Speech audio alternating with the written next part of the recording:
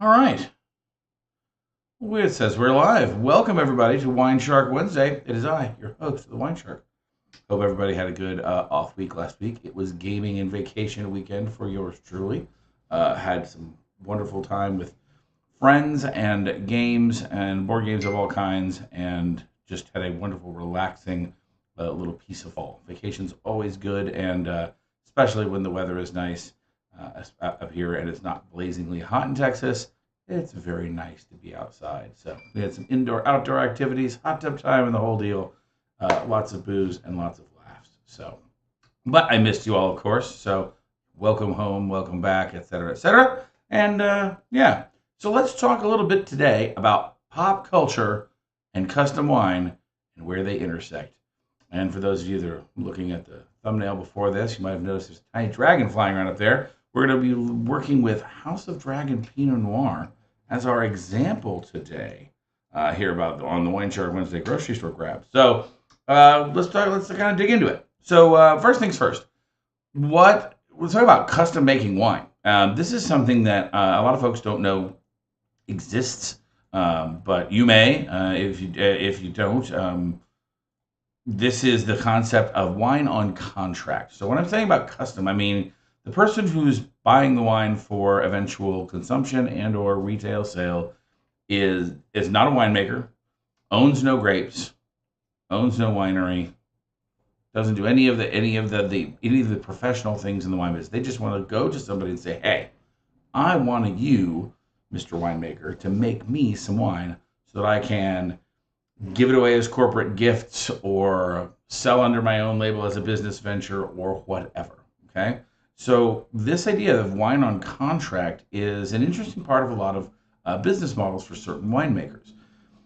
Understand that when you have the winery facilities yourself, that's a lot of monetary investment to get a facility up to production, and so that you can do end-to-end wine production from harvesting it up to crush, or actually, let's leave the harvest to even the people who own vineyards, just doing the things from the crush to the ferment to pot, up to getting it ready to age.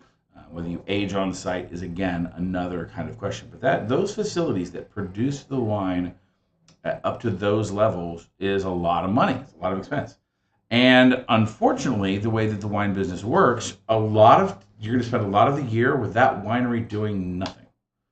Okay, because the wine is an agricultural product, the grapes come in during a specific period of the year. There's periods of furious activity and long periods of dormancy. So getting the most out of that equipment and that capital investment is a key part of the success to being a successful winery. So with that said, there's a lot of ways that you can increase that usage beyond, say, your own personal usage. Even if you have it's hard to custom tailor a size of winery that's just big enough for you that also doesn't have extra capacity. So some small wineries do this pretty well. With very small fermentation vessels and very limited production. But there's a certain right sizing that has to go on to quickly and accurately get your wine produced and created. There's oftentimes lots of spare downtime, and so wineries turn to contract winemaking to help get more legs underneath that wine or winery. Sorry, to get the best you can out of the equipment. Okay, so understand that big wineries have the ability to do this more efficiently than small ones. But you're going to contact this winemaker and you're going to say, okay, you own your own production outright, and oftentimes bigger winemakers will have existing stocks of juice, must, or even existing wine that they're not using for their own production. So you can even purchase already existent grape juice. You don't even have to really think super far into the future. You can right now order something that you might have on production and producing in as little as 4 to 6 months from your date of your order. You may not even have to wait for the natural agricultural cycle because the juice is on standby. So this is an interesting thing. We talked about this once or twice before. The idea that any given person can go out there on the market and buy wine grapes, by the ton on order from various places. So, but let's assume you don't even want to get into that. You just want to say, hey, I want a wine. What have you got? So you go into the what do you have list, they give you your shopping list, and you select from their existing stuff your desired style and type of wine. So they've got Cabernet, and they've got Pinot Noir, and they've got Chardonnay, they've got Merlot, and they've got Alicante Bouschet because they're funky, right? And so there we are. You choose your style, and working with them in your contract, they're going to be able to, make some recommendations on getting the final recipe, if you will, of how that wine's going to go. What products they're going to need to produce the product that you want in the end. Okay, you're going to be contracting for a certain amount of minimum cases of wine that you're going to produce. You're going to put a certain amount of money on bond that says, "Hey, here's my cash up front that says I can pay for this stuff." The size of these it tends to get larger with larger wineries. The minimums are larger with larger facilities and lower with smaller facilities. However, there's an inverted cost curve that goes with that too. Larger wineries tend to be more efficient. They tend to be less expensive on a per case basis. So the way that I've seen this done is I was given quotes on 9-liter cases. So a standard 12 bottle, 750 mils per bottle, 9 liters to a case. The numbers that I got range anywhere from 500 to 2,000 cases as a minimum starting amount, and prices came in anywhere from $45 to $65 on the low end from the bigger stuff, from the bigger facilities, to $125 to $140 a case on the smaller winery side. So it kind of gives you a range there of anywhere between, let's say, $45 to $145, just to use numbers that are similar. Okay. So the scale, of course, and the business model of the winery, and for instance, how much time and effort they put into this particular portion of their wine. This may be something that they do often, and it's great for their bottom line. It might be something they only do to just bring in extra revenue. So you've made your order, you've got this thing going. They're going to give you a lead time that says, okay, between 4 to 6 months from now, we're going to have your wine. By the way, you are often going to be responsible for things like label art, right? They're not going to. It's not going to include them or their art department or doing any creative for you. You're going to have to come with them and say, "Hey, here's my Slug's Leap Chardonnay," to quote Willie Gluckstein and the Wine Avenger. You're going to grab your whatever your name and your label is, your own custom label wine. You're going to provide them labels, okay? But so let's do an example. We're kind of using some of these numbers to make this kind of make a little bit more sense. And be a little bit more pragmatic. So let's just roughly say we're going to do a 2,000 case minimum at $50 per case. Gives us a nice round $100,000 upfront cost. All right, that's what we're going to pay on contract to the winery to get our 2,000 cases of wine. Let's add in another, say, $10K for labeling for labeling itself. Now, I'm throwing that number out there fairly arbitrary. I don't know any firm numbers on that, but I can't imagine that the actual labeling process, both creatively and per print, is going to be that much. I mean, you're talking about 24,000 labels. Even if you're getting them at 25 cents a label, I don't know what's that math look like. I mean, since I'm doing the things out loud here, right? So what is that? I'm not going to do it in my head and embarrass myself. 24,000 labels times, say, 0.25. I mean, it's $6,000 just for the outright stuff. So even if you paid an artist $4,000 to do the artwork and you put the thing together, $10K seems kind of reasonable. So there we are, $110,000 outlay cost, and we are in the wine business. Now, what does that mean at the bottom end of the scale, right? We need to know that 12 bottles per case at 24,000 bottles of our now new wine is going to come out to about, with our label costs included, comes out to about $4.59 per bottle. Now, think about that from the retail perspective for a second. I mean, a $5 bottle of wine is a pretty darn cheap bottle of wine. Now, that's just, of course, this is our bottom line cost. This isn't what we're going to actually charge in retail, etc. outside. But you could, and also I want to throw in a huge caveat here when we talk about final profitability. I don't really know what the tax implications from the feds, from your state, from the 3-tier distribution system, all of those things are going to add in costs.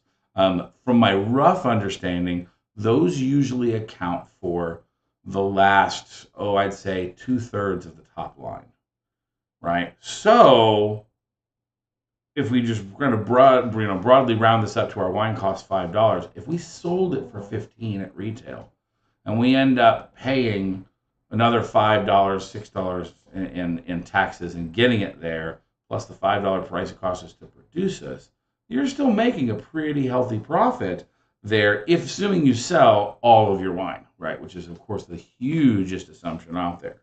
Right? If you can sell all 24,000 of these, or even a reasonable portion thereof, the profitability stands to be pretty darn high. And now you know why people are in the liquor business. It's like printing money sometimes, and this is just one case, one example that's just kind of on the rough side of things. What I think fascinates me about this is the idea that somebody at the very small scale, this is obviously very small scale. We're talking about 2,000 cases. 2,000 cases puts you in the very small winery category, but still, the average Joe business person could do this as a sideline, never really get involved in the wine industry except for the sales part, or even if the fact of, even if you're giving away $5 tchotchkes because you want to give away 24,000 bottles of wine to your employees, that's amazing to me that it comes out to that little of a cost, right? You tend to associate more. Now, what's the quality level that we're putting into that? It also makes you wonder, for all the retail wine that you're buying, how really expensive is the bottle of wine at the winery? And the answer is pretty close and pretty similar. They tend to be very small portions of the actual dollar value we pay. And don't let that deter you. This is definitely a value-added product like many others that you see. The actual cost to produce them is very small compared to the actual final cost. But this explains the next part of the conundrum is the pop culture thing. And to give our example today, the reason that this topic came to me is I kept seeing this around my grocery store. We got The House of Dragon, right? This is an HBO tie-in to their follow-on prequel series to Game of Thrones, The House of Dragon. So that kind of caught my eye, and I've seen several things like this over the years. But really, if you think about this, any given pop culture movement, anything that hits the zeitgeist and is hot and is spoken about, depending if you can if it can last you more than 4 to 6 months, and your particular demographic happens to be wine drinkers, you might have a real opportunity to plug into something that they're going to buy because they like what it stands for, what it represents. I wouldn't quite call it a lifestyle brand, but maybe. I mean, lifestyle branding tends to mean in the industry a little bit more, don't you want to get seen drinking what the rich people drink? Or don't you want to drink this because you believe, you're health conscious and you're counting every calorie and therefore there's a low calorie wine. Those tend to be more what I would call lifestyles. But this, at the very least, is a brand focused and trend focused opportunity. So when you think about this could apply to the same model of marketing to the hype could apply to anything during the month of October that's tied into things that are spooky dooky, right? I'm looking at all the the Mysterious Beasts wines and Phantom and a lot of the ones that last year we did under our October review of wines that have a nice spooky theme. Those are very much tied into the Halloween buying period and that sort of mood and tone. Anything that has a celebrity tie-in falls squarely into this category. They're getting your attention because the person you know is on the label. I'm looking at you, Snoop Dogg and Martha Stewart, right? I mean, I don't know the true, which came first, the chicken or the egg here. Was it 19 Crimes that approached Snoop and said, hey dog, do you want to do some wine? Or was it Snoop just one day getting high and saying, it would be cool? Making some wine. Either one of those things is totally possible in my head. But the reality is, the saleability of that wine is 100% predicated on the idea that you know who Snoop is. Even if you weren't into 19 Crimes before, see his face on the label, or his friend Martha Stewart's friends on the face on the label, bam, there you are, buying up that wine. Okay, and you don't really, so long as it's not awful, so long as it's not off-putting, chances are if you enjoy it, you're going to buy it again. Although I wonder if their business model here, as long as they get you once, they're getting you good. They've got their hit. There's also we've talked about this too, the impersonator brand names. Okay, the very popular brand name, The Prisoner. It has several lookalike and knockoff brands. So nature's mimicry also lives in the sales world. I'm thinking about the wines called The Fugitive or The Pickpocket, or there's a lot of other crime-themed wines that go along with, because the prisoner's so hot, they want to ride those coattails, especially to consumers that may not know the difference, may not specifically remember. All they remembered is it had something to do with crime, and hey, look, there's a bottle that matches. Okay, so those are kind of those follow-along parasitic brands. And then you have anything that's targeting a particular trend. This is where I want to see whether the skinny wine movement lasts any length of time. I mean, obviously, the light beer movement has been here now for generations. So whether light wine and low-cal wine continues to be labeled as such was something that I will decide in a few years whether this or the market will decide whether it was a trend or not, whether it was something that really sticks as a true category that can be repeatedly marketed to. But that's just one trend that I'm thinking of right now. I mean, I can say that there are other things where, we talked about rosé becoming hot over the last few years. We talked about varietals of types of grapes becoming a particular trend. Those I would say are outside this quality. Those aren't people who are deciding to make Merlot or Malbec the next big thing. They don't have that kind of power generally, right? It's usually the dog wagging the tail on this case. But to say the least, this is, one of these things we think about. This, you might just think of this as business at its core. Find a market, find a group of people in a market that will support you and sell your product to those guys. That's business 101. And I accept that. But this is also where we start to have the conversation in the wine world about the crossover between the art and business of wine, and that there is definitely a perceived difference out there when it comes to what should I expect out of this thing, right? And we're going to talk about the label here in a minute, but we're going to pause and do the wine quiz in the middle, leaving you on some sort of minor cliffhanger, I suppose. But all right, let's go ahead and get into our wine quiz. Draw the card off the front here. We'll have our Wine Wars game. All right, 5 categories in Wine Wars. 5 categories of trivia to do. We're talking about Vine Divino, which is about growing grapes, making wine, and world production. We're going to talk about the Graposphere, which is about grape varieties, their names, and geography. Wine Cellar, which is selecting, storing, and tasting wine. Wine and Food, which is about cooking, food, wine pairing, and wine service. And then Court Culture, which is wine trivia, people, places, and stuff. All right. So question numero uno. Numero uno is, what fortified wine matures in butts and is it? He said butts. What fortified wine matures in butts and has a 3-part Solera system that blends older and younger wines together younger wines to perpetuate a consistent taste. Ooh, lots of key wine words in here. Those in particular, not just butts, but the Solera system is highly indicative. All right. So does anybody know what wines come from Soleras and that are always kind of blended together? The answer here is Jerez, or sherry if you're Anglican. It says sherry here on the back. Yes, Jerez. The wines of Spain from this particular region are grown in the Solera, which have a cap and a thing called flor that basically is this yeast layer, and they do all these kind of funky tastes. And then they age them over time, and they blend them in very specific ways as they go from young to old. And there's always a little left, and it's a really fascinating process of winemaking, truly unique. Unfortunately, sherry not being as popular in the U.S. market now as it once was. You should try some. All right, next up, true or false? Most of the world's grape production is used for table grapes and non-wine products such as raisins and fruit juices. Oh, actually, I don't know this little agricultural note. Do we eat more grapes or drink more grapes?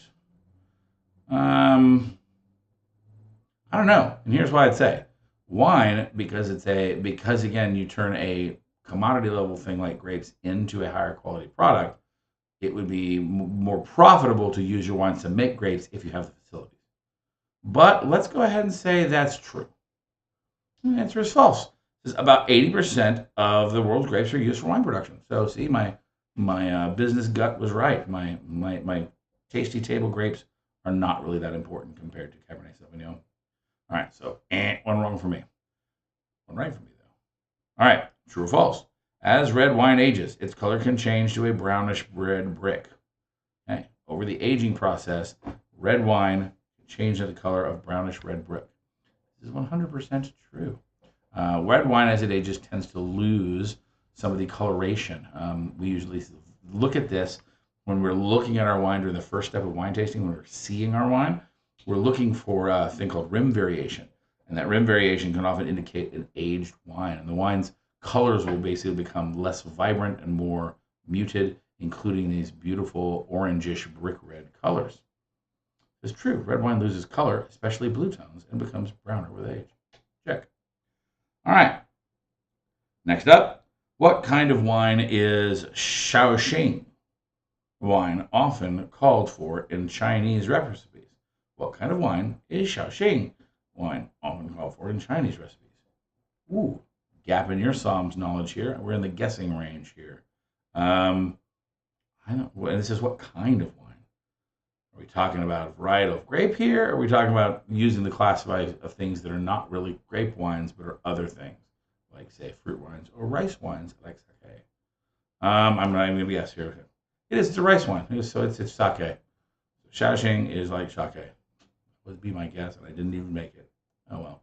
All right. So we're 2 for 2, pinning it all on the last throw here. Which charity wine auction raised the? Not gonna get this one. Which charity wine auction raised the most money in 2007? Florida's Naples Winter Wine Festival or California's Auction Napa Valley? This seems like a trick question because whether Florida sells more wine than Napa Valley, it seems like, well, wouldn't the wine place do more? Let's just go ahead and go with our standard gut, since it worked once before, and say Napa Valley. It is the Naples Winter Wine Festival with live bids totaling $15.7 million compared to Napa's $7.5. So see, you go where the money is, not where the grapes live. So it's all about Florida there. See, tricky questions. So sadly, I'm only 2 for 3 today. Bummer of a birthmark, Hal. All right. That being said, let's get to the grocery store grab.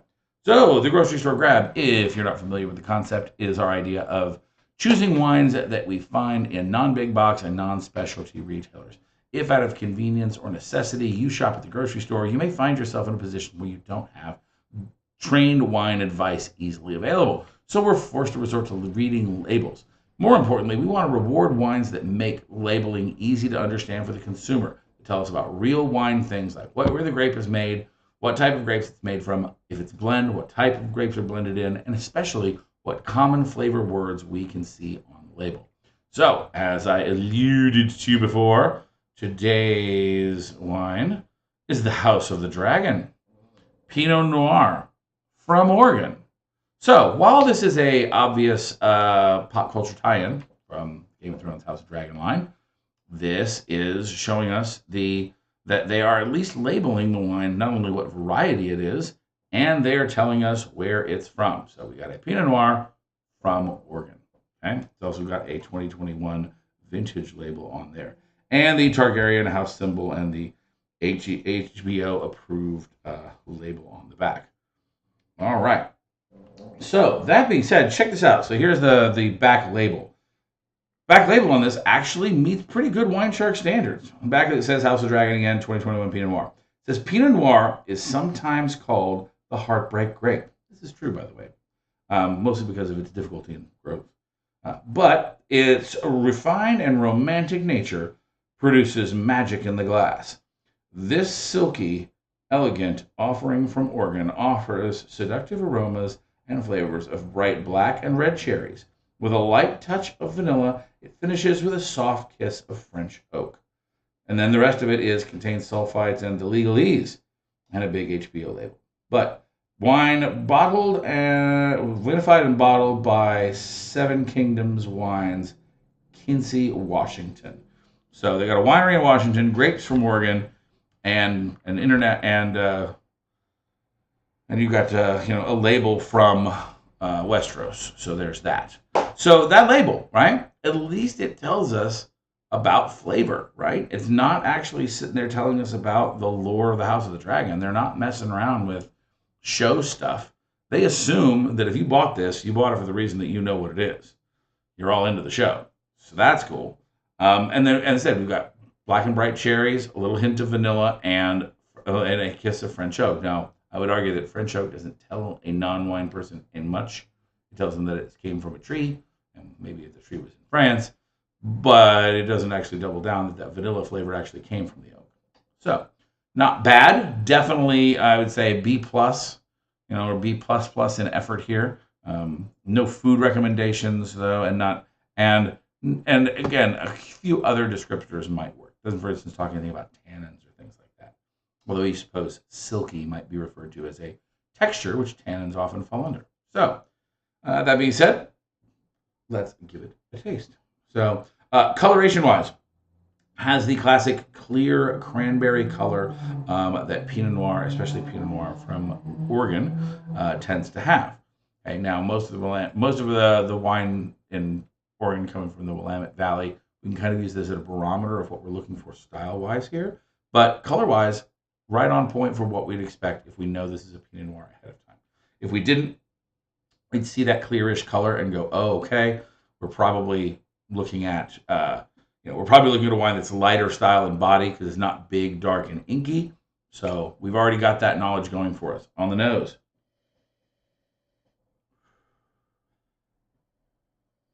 Yep, it definitely hits the marks of red fruits. I say definitely get cherry. I think red plum and almost like raspberry jam, right? Really, not really, although not that concentrated, but it's that bright, fresh raspberry flavor.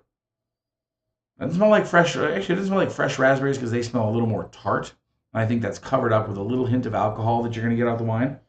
Wine doesn't smell hot per se, but it's definitely got a presentation of alcohol. Not really smelling much in the way of wood or oak on there on the nose though. Okay, so that's good. I mean, we're not. Pinot Noir is a fairly gentle grape. You don't want to hammer it with oak. You want to let it shine through and let the oak do the kind of taming of the acidity of the wine to kind of tamp that down. But overall, nose wise tells us, hey, this is bright, going to be juicy and fun.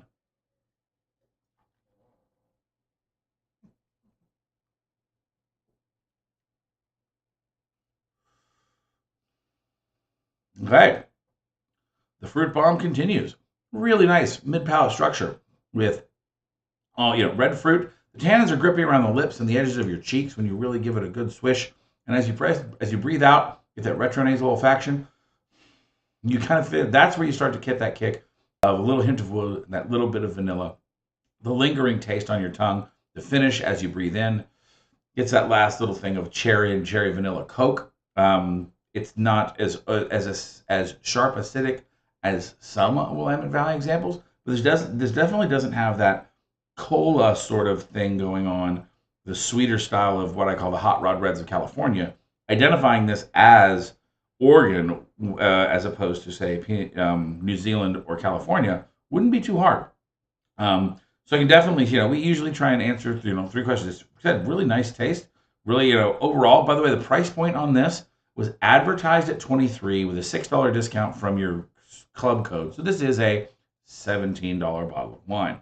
So that's kind of where we're expecting it to drink like. It's kind of in that mid 15 to 20 range. And I can confidently say, yeah, that tastes like where it comes from, right? You've got the idea that tastes like Oregon, has the right price point features, and really not so bad. Is it well executed? Yeah, this wine doesn't have any flaws.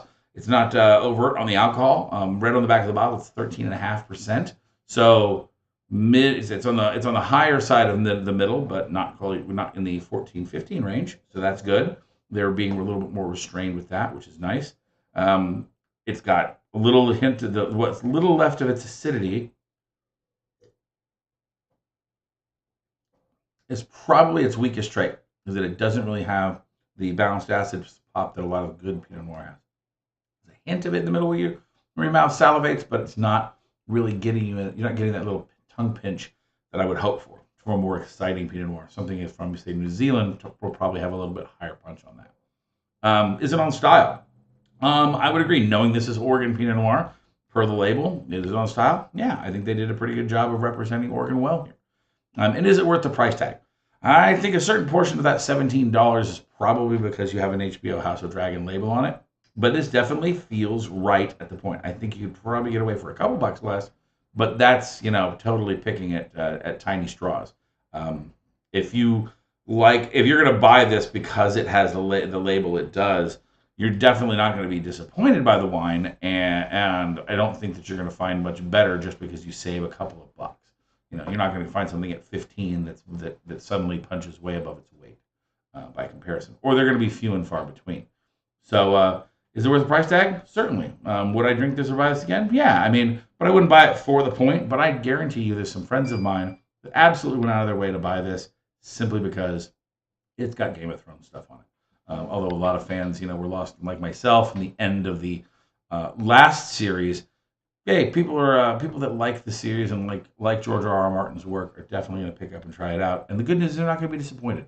I think I saw the primary TGI Cheddar Chili Beast Trio, meaning the classic American restaurant appeal of a Chardonnay, a Pinot Noir, and a Cabernet Sauvignon were their three that they were chosen, which is actually getting past the Merlot, Cab, Chard that we used to have. So definitely check it out if you are interested. And with that, we're going to wrap it up. We're at the end of getting close to the end of October here. A lot of no public events still available in the fall. Reunion Tower I've not gotten a commitment from them there yet, so that makes me sad. But private events, we have got a calendar that is filling up. If you are interested in doing private events for your holidays of any sort, reach out to me now. Let's get on the calendar and let's get an event for you where we can drink wine, have food, and have a great time. We've got stuff to meet whatever budget you like. Just give me a buzz. All right, with that being said, if you like what we're doing, hit that like and subscribe button and share with a wine-loving friend. Join us over on Patreon, Instagram, and Facebook as well, and you can see us all the cool things that we're doing over there. So I hope to see you guys soon, and until next time, I have been your Wine Shark. Cheers. I'm going to feel bad for the Starks because I wonder if they didn't probably get any wine in this show because they're not there yet. All right, guys. Have a great evening. Take care.